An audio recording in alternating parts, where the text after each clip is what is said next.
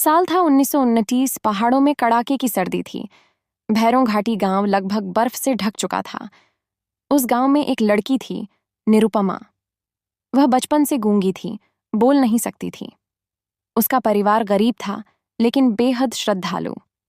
हर अमावस्या की रात निरुपमा अपनी माँ के साथ पास की चट्टानों में बनी एक गुफा में जाती थी, जहां माँ काली की एक प्राकृतिक छवि उभरी हुई थी।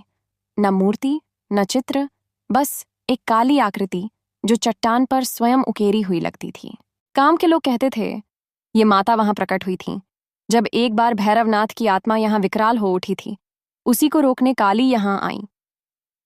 निरुपमा माता से मौन में बात करती थी, सिर्फ आंखों से। उसकी माँ कहती थी, ये बच्ची बोल नहीं सकती, पर माता इसकी हर बात सुनती है। और फिर एक दिन कुछ ऐसा हुआ जो आज तक रहस्य बना हुआ है। अमावस्या की रात, उस रात गुफा में माता की छवि के सामने निरुपमा अकेली बैठी थी। माँ घर लौट आई थी क्योंकि मौसम खराब हो गया था। अचानक पहाड़ों में जोरदार बर्फबारी शुरू हुई और गुफा का रास्ता बंद हो गया। लोग डर गए कि अब निरुपमा वहां फंस गई है। 3 दिन बीत गए, किसी को रास्ता नहीं मिला। चौथे दिन गांव के कुछ युवकों ने अपनी जान की बांजी लगाकर गुफा का रास्ता साफ किया। जब वे पहुंचे तो जो देखा वो अविश्वसनीय था। गुफा के भीतर अग्नि जैसी तपिश थी, बर्फ नहीं थी, हवा गर्म थी, और बीचों बीच बैठी थी निरुपमा, बोलती हुई। उसकी पहली बोली ये थी, माँ ने कहा, अब बोल, तेरा मौन समाप्त हुआ। गांव वालों ने देखा, काली माता की जो छवि कभी धुंधली थी, अब आंखें खुली थीं और एक हल्की मुस्कान उभरी हुई थी। वह छवि अब किसी चित्रकार की कलाकृति जैसी प्रतीत होती थी, पर किसी इंसान ने उसे बनाया नहीं था। उसके बाद निरुपमा ने जो भी कहा वही हुआ। एक बीमार बच्चा, जिसे डॉक्टर जवाब दे चुके थे, माता के चरणों में लेटते ही ठीक हो गया। जिस जमीन में सालों से कोई फसल नहीं उगी, वहां अन्न उगने लगा। और सबसे रहस्यमयी बात, उस गुफा में जो भी सच्चे हृदय से बैठता है, उसे अपने जीवन का उद्देश्य सपने में बताया जाता है। आज भी वह गुफा है। कोई बोर्ड नहीं, कोई प्रचार नहीं, लेकिन माता की मूर्ति नहीं, सिर्फ छवि है जो खुद हर साल थोड़ी स्पष्ट हो जाती है। वहां लिखा है, वर्ष 2007, दिल्ली का एक युवक आदित्य, जिसे जीवन में सब कुछ मिल चुका था, पैसा, नाम, सफलता, पर शांति नहीं। भीतर एक बेचैनी थी, एक खालीपन, जैसे आत्मा पुकार रही हो और कोई सुन नहीं रहा। आदित्य ने कई गुरुओं की शरण ली, आश्रमों में गया, लेकिन उत्तर न मिला।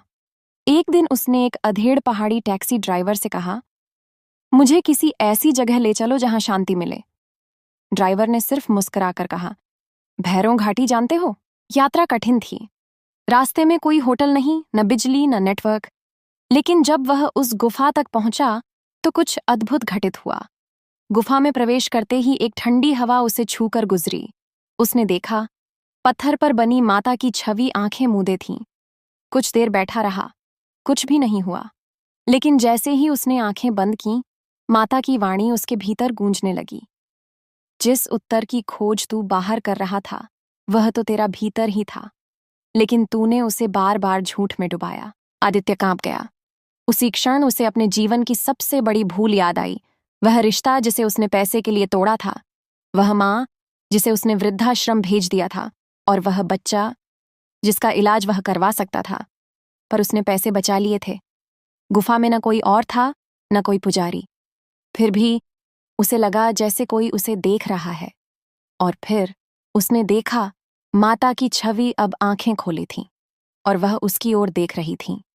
तभी उसके कानों में गूंजा, अब भी समय है, जा और सुधार कर, मैं तेरे पीछे हूं। आदित्य बेहोश हो गया। जब वह उठा तो वह मंदिर के बाहर था। एक छोटी बच्ची उसे पानी पिला रही थी, वही निरुपमा, जो अब एक शांत, मौन साधिका बन चुकी थी। उसने कुछ नहीं कहा, सिर्फ मुस्कुराई। उस दिन के बाद आदित्य का जीवन बदल गया। वह अपने घर लौटा, माँ को वापस लाया, उस बच्चे का इलाज कराया जो अब डॉक्टर बनने की पढ़ाई कर रहा है। और हर साल एक बार, बिना बताए, वो भैरों घाटी जाकर चुपचाप उस गुफा में बैठता है। लोग कहते हैं, माता ने उसका दूसरा जन्म वहीं दिया। आज भी भैरों घाटी की वह गुफा वहीं है, बिना किसी पुजारी के, बिना आरती के, बिना शोर के। पर कहते हैं, जिसकी आत्मा सच्चे पश्चाताप से रोती है। माता काली उसकी आंखों में देखकर उत्तर देती है,